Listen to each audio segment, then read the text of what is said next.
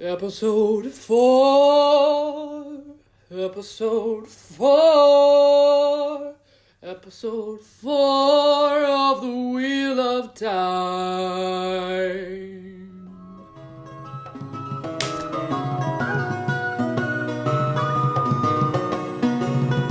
Let's get right into it, y'all. This episode is a peak. I think, audiences, especially probably non-book readers, but also book readers, we've got our things in there, are just going to find it hard to look away during this episode. One of the things I loved is actually something that's scattered throughout this episode between each storyline. There's moments where there is very genuine character conversations that allow you to feel that this world that they're in is not only epic and amazing and has a full breadth to it, but the characters within it are real. So the first one I'll talk about is Tom and Rand, when Tom's explaining that he thinks Matt is able to channel, and then we get the story of Owen. It is one of these moments that I think all of us were hoping would happen so that we get to understand the darkness that is within Tom's character, even in the books, but even more so in the show. But it's also just a really great moment for two characters to sit and talk and to see each other and to become more real in the eyes of the viewer. So the next moment I really liked was the Aram and Egwene moment, and it was one moment that I actually missed on the first time I was watching it, probably because I was sipping my cider. When I watched it the second time, I caught it, and it was so beautiful when Egwene tells Aram after he said, "Oh, we're looking for the song," and she's like, "Are you sure you haven't found it?" And Aram kind of just looks around and is like, oh, shit. I mean, such a beautiful moment, because I think all of us in our life, at one point or another, have realized that we have gone through some of the best moments we've ever had, just thinking that they were a moment to get to the next moment, instead of, like Aram, just like looking around at all the dancing people and realizing this is my life, and it's beautiful. What a wonderful world. The next moment is a moment that happens kind of just right after this one, with Isla and Perrin, where Isla explains that she's trying to make a better world for her daughter that she's lost for when she comes back again in a new turning. Maria Doyle Kennedy is just killing the shit out of this role. She's killing the shit out of this role so much, and I'll give some credit to the writers and the showrunners as well, but so much that the Tinkers, who in the book sometimes come off as cowards and kind of less impactful in the books, right now, they feel like one of the strongest aspects of this world, one of the most believable cultures of this world. The way that she delivers this story, and the way that you can see it and feel it affecting Perrin as much as it's affecting us as audience members, every time I watch it, without fail, and as I said, I've watched it a total of 8,000 times, that's a factual number, I always get emotional, because having dealt with grief a lot myself, it feels...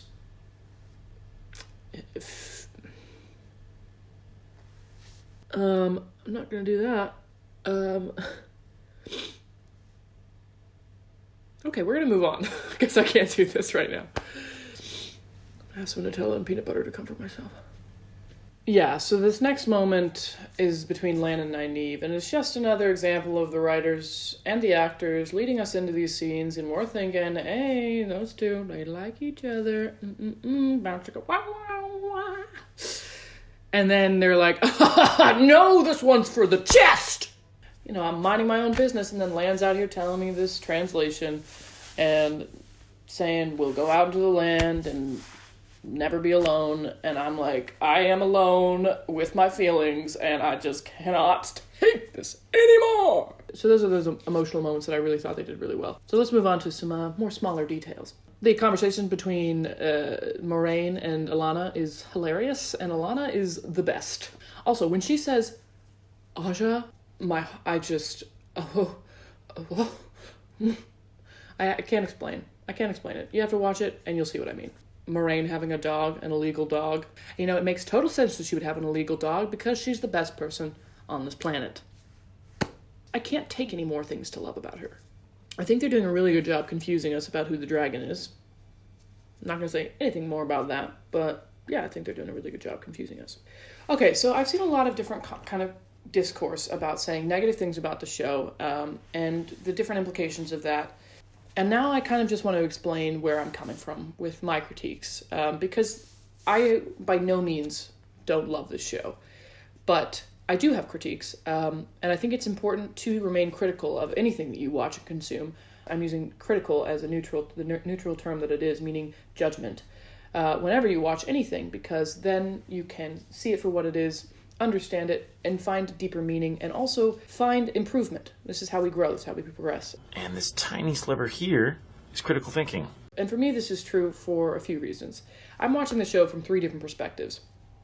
Book reader, audience member, filmmaker. Every time I watch it for the first time, the book reader in me cowers in the corner and tries not to open her eyes because I'm watching my heart outside of my body. You know, when you read a book, it is a personal experience. It is created, even you're reading the words, but the world itself is being created in your mind. So when you watch a show, it feels like you're watching your heart on screen because this world exists within you, and now it's existing without you. At least for me, I find it difficult at first because I have to separate myself from my desire that it be exactly what I have in my head. Because what is in your head is actually not even what was on the page. So that's my first perspective. My second perspective is as an audience member. As an audience member, I'm living for it. I'm enjoying the shit out of it. Especially episode 4. I'm just out here, popcorn. Like, just throwing that. My third perspective is as a filmmaker. So I'm looking at the lighting, I'm looking at the cinematography, I'm looking at the sound, I'm looking at the acting, I'm looking at the directing, I'm looking at the producing. The list kind of goes on a little bit. Of course, there's certain aspects of filmmaking that I'm more interested in, and those are the things I usually focus on in these videos. But when I have critiques as a filmmaker, those critiques become a little bit more absolute in the sense that they are based off of my taste. So they're absolute in the sense that they aren't controlled by what could happen later in the show, and they're not controlled by what I want to happen.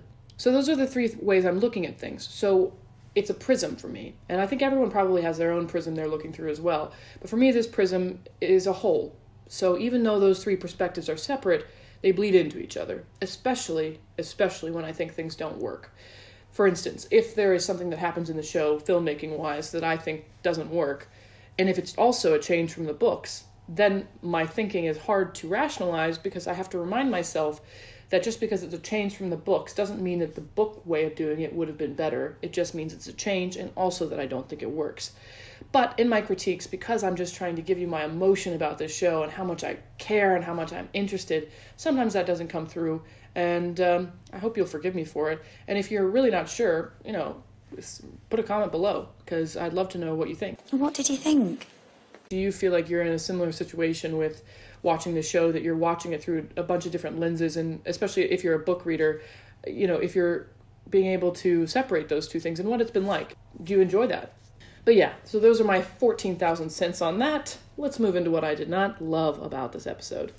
I've said this before, I think the channeling, this is kind of more of my filmmaker perspective, I think the channeling just looks too generic. There was one moment where one of the, I think Green Sisters, but goes like this, and it ripples under the ground and then pop, explosion, and I was like, whoa, that was... It's very cool. Very cool. Because the costuming is so clean, and I've said a lot about this, so I'm not going to say too much more about it. The low contrast they're going for in the Nynaeve, Moraine, Lan portion of the story feels off base. Especially because they already look so clean, then also for the coloring to look so clean.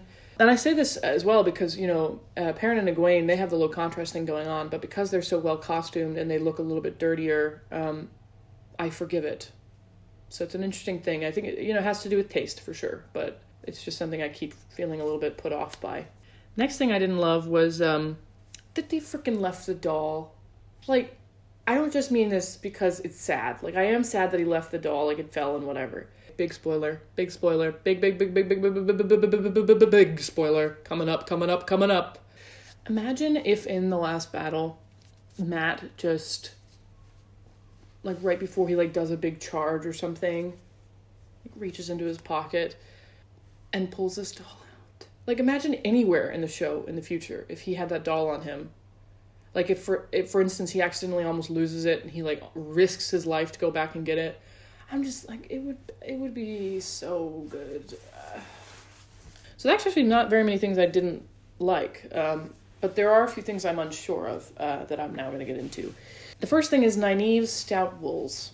The wools, they look good when they're down the way they should be, but when they're folded over each other, it looks like she's being hugged by a giant leprechaun. It looks too bulky. I like the green. I think it could be 2 to 3 shades darker, because it just looks, the coloring looks artificial. Because if it was made back then, it would have been incredibly expensive to have it done that way, and it probably would be a nicer cut. But if it's in our time period, you see kind of bright, saturated colors like that, and you think Walmart.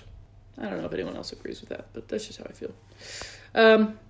Next thing is actually a complaint that I think I might do a separate entire video on Lan Mandragoran, because I've got a lot of thoughts. And they're not as bad as I think, people would initially think when anyone says they have thoughts on Lan right now. There's a lot of things changing that I need to really think about and even break down to understand what I think is going on. So I think I will do another video entirely on Lan himself. But Lan not poning bitches in that forest really bothered me. I just think they're really underplaying how fucking cool and badass Lan is, and having him make mistakes that it's not so much that they have to be mistakes, but I do think that when they happen, Lan needs to be excused of the mistake in a way. Like, if it was that they were on the low ground, a small conversation with him and Steppen being like, why are we camped down here? And Steppen being like, oh, we couldn't, blah, blah, blah.